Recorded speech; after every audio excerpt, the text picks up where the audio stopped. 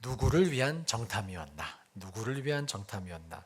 제가 지난주일 설교의 본문과 또 오늘 우리가 살펴본 이 본문, 또 이번 주일에 야외 예배 때 설교할 본문 가운데 무언가 공통된 그리고 한 줄기로 엮어지는 메시지가 있다라고 생각이 됩니다.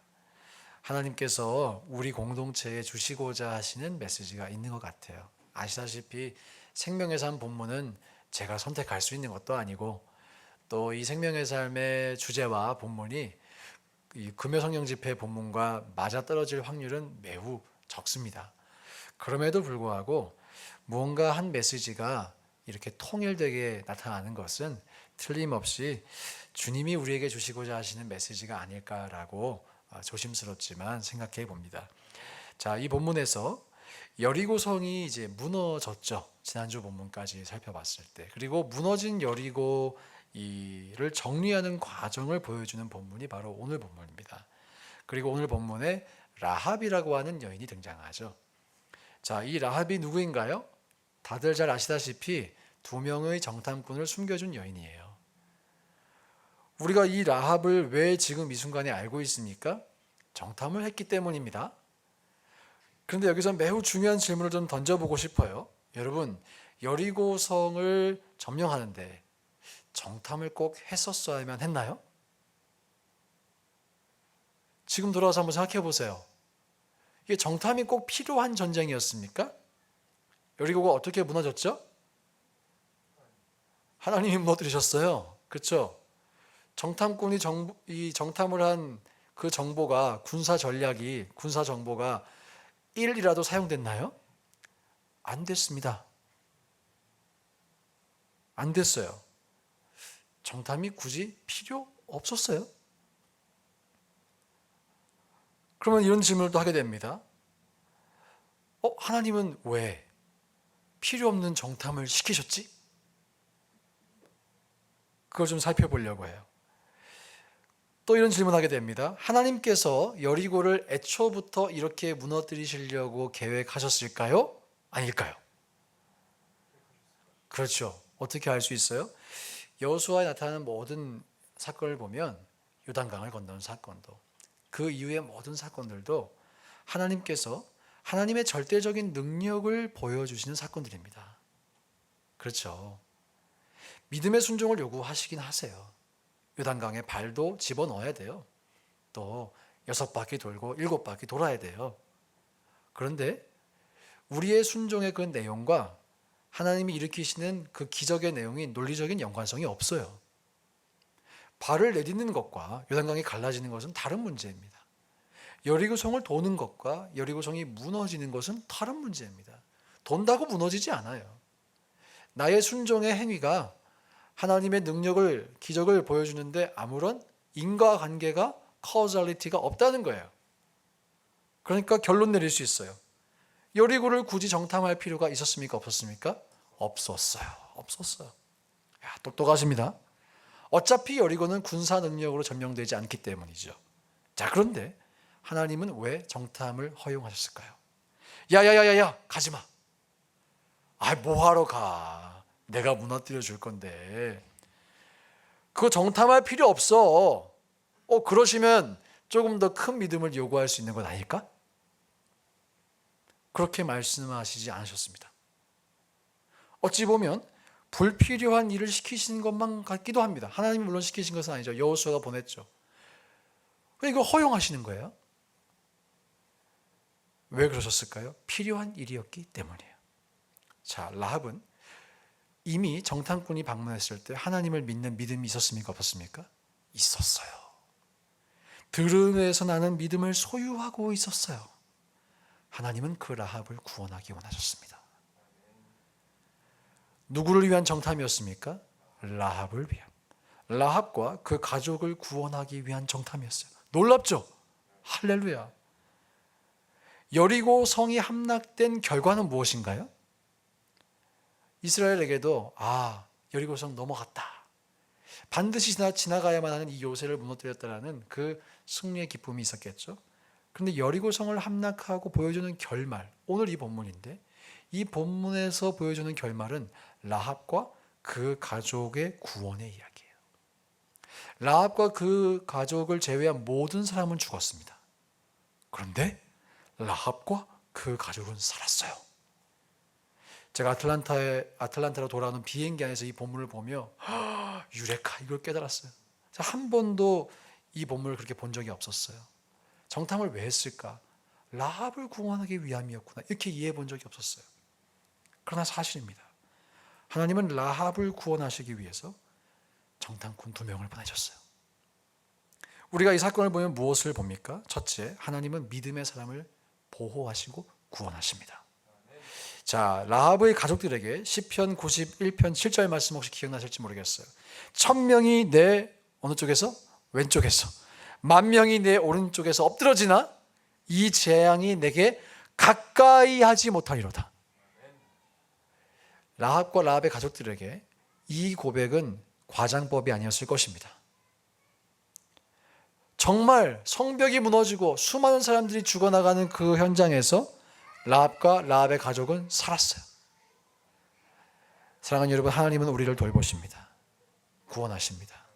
끝까지 그러십니다. 처음부터 끝까지 그렇게 하십니다. 자, 라합의 첫 장면 살펴볼까요? 라합에게 구원의 시작은 정탐꾼이 찾아가는 거예요. 그렇죠? 여리고 성문은 굳게 닫혔습니다. 라합이 스스로 구원을 얻을 수 있는 방법은 없습니다. 라합이 구원을 받을 수 있었던 까닭은 정탐꾼이 성 안으로 들어왔기 때문입니다. 여러분, 우리도 이렇게 구원받았어요. 자주 설명드렸어요. 우리가 하나님을 찾아낸 것이다? 아니에요. 하나님이 우리를 찾아내셨어요. 할렐루야. 얼마나 감사합니까? 이것이 구원의 시작이었죠. 시작된 구원, 마지막 때도 마찬가지예요. 구원의 마지막도 마찬가지예요. 종말의 때는 심판의 때이자 구원의 날입니다. 오늘 여리고가 심판을 받았던 것처럼 한 도시에 큰 대재앙이 일어날 수 있어요. 그러나 예수 믿는 우리는 구원받습니다. 죽음의 사자가 지나가지만 6월절 어린 양의 피가 발라진 그곳에 장자의 죽음을 메었던 것처럼 심판의 날은 우리의 구원의 날인 줄 믿습니다. 이 사실을 분명히 신뢰하고 흔들리지 않기를 축복합니다. 자, 두 번째, 오늘 이 얘기를 좀 하고 싶은데, 여러분, 이 라합의 사건을 보시면서 하나님의 장엄한 장대한 구원의 계획을 보실 수 있으면 좋겠어요. 저는 그 어떤 영화도 하나님의 이 구원 계획보다 스펙타클하지 않다라고 생각합니다. 하나님의 이 구속사는 너무나 스펙타클합니다. 자, 지난주에 아브라함에게 주신 약속 아직 기억하시죠? 내 씨로 말미암아 천하 만민이 복을 받을 것이다. 하나님이 약속하셨어요. 자, 그 씨가 오는 그 계보가 있죠. 마태복음 1장입니다. 그 마태복음 1장에 누가 있어요? 라합이 있어요. 4명의 여인의 이름이 거론됩니다. 다말, 라합, 룻, 바세바. 이 중에 룻은 주일날 할 거니까 오늘은 라합에 대해서만 얘기할게요. 라합이 누구였어요? 기생이었어요. 기생은 좋은 표현이고 장녀였어요. 몸을 파는 사람이죠. 그런데 지금 라합이 어디에 들어가 있나요? 예수님의 족보에 들어가 있어요. 인생 역전도 이런 역전이 있습니까? 우린 비슷한 결말을 롯의 인생에서도 확인합니다. 아무런 소망이 없는 절망 끝에 간 인생이 하나님의 은혜로 말미암아 기적적인 역전극을 보여주죠. 이것이 우리의 인생인 줄 믿습니다. 놀라운 일이에요. 기생이었던 그 라합이 예수님의 족보에 들어가 있어요. 그런데 우리가 더 놀라야 돼요. 하나님께서 예수님의 족보를 만드시는 일에 랜덤 플레이를 하셨을까? 아니면 심혈을 기울여 계획하셨을까? 여러분이라면 어떻게 하시겠습니까? 하나님께 있어서 가장 중요한 사역이 무엇입니까? 예수님을 이 땅에 보내신 사역이에요. 그 일만큼은 절대로 실수가 있어서는 안 되고 실패가 있어서는 안 되죠. 동의하시죠? 그 예수님이 오시는 계보를 만들어 가기 위해서 하나님은 태초부터 계획하셨어요. 실패할 수 없는 계획을 하셨어요. 그리고 그 일을 실행하셨어요. 자, 그 계획과 실행에 라합이 들어가 있어요. 놀라운 일입니다. 그 라합을 구원하기 위해서, 그리고 그 라합을 예수님의 계보에 넣기 위해서 정탐꾼 2명이 갔다, 이 말씀. 이해가 되세요? 라합을 정확한 타이밍에 정확한 사람을 통해 정확한 방법으로 구원하십니다. 그리고 그녀를 상상 이상의 방법으로 사용하세요.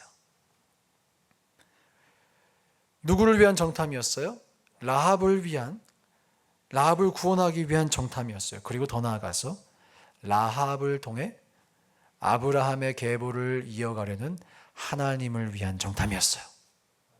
이게 보이셔야 돼요. 라합을 위한 정탐이기도 했지만 이 정탐은 하나님을 위한 정탐이었습니다. 할렐루야. 방금 전 우리가 살펴본 것처럼 우리도 라합과 같이 우리를 찾아오신 은혜로 구원받았다라고 설명을 드렸어요. 동의하십니까? 그러면 라합을 찾아내셔서 자신의 이름을 위해, 자신의 영광을 위해, 자신의 계획을 이루어가시는 하나님을 우리가 보죠. 그럼 이걸 우리가 어떻게 이해해야 될까요? 어떻게 적용해야 될까요?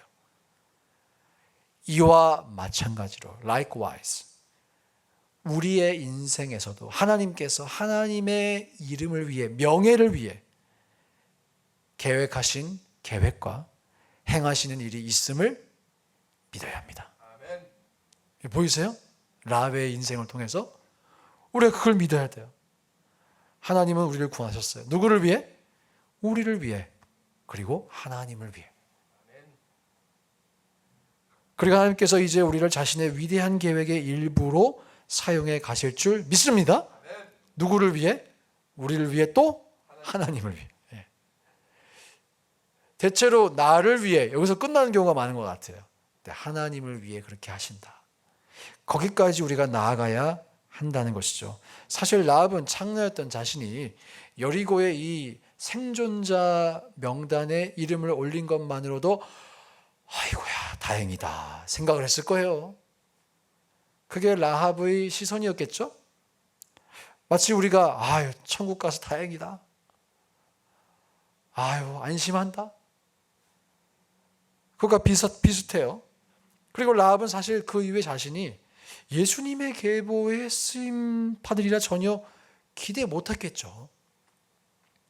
그러나 우리는 하나님께서 이 작고 작은,